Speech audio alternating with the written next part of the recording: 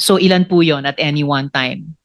Ngayon po parang nasa kapiraso lang po ang nakuha niyang project ngayon. Bali, parang nasa ano lang po yata. Wala pa pong 20 projects yata o 30. 20 to 30 projects. At sa Senator bawat... Risa? Yes, Mr. Chair. May interject. Mula 2016 hanggang ngayon, no, nakamagkano na kayo kontrata? Buong infra, wag na yung flood control lang. Lahat, basta yung kontrata nyo sa DPWH, nakamagkano na kayo? Ballpark, ballpark. Ang kaya ko lang pong sagutin yung kay Yun na, yung lahat ng firms, mag-asawa kayo eh. Nag-divest na po kami, Your Honor, doon sa Hindi ibang yung mga company. pag-divest before. Basta from 2016 to 20, gusto mo sabihin ko kung magkano?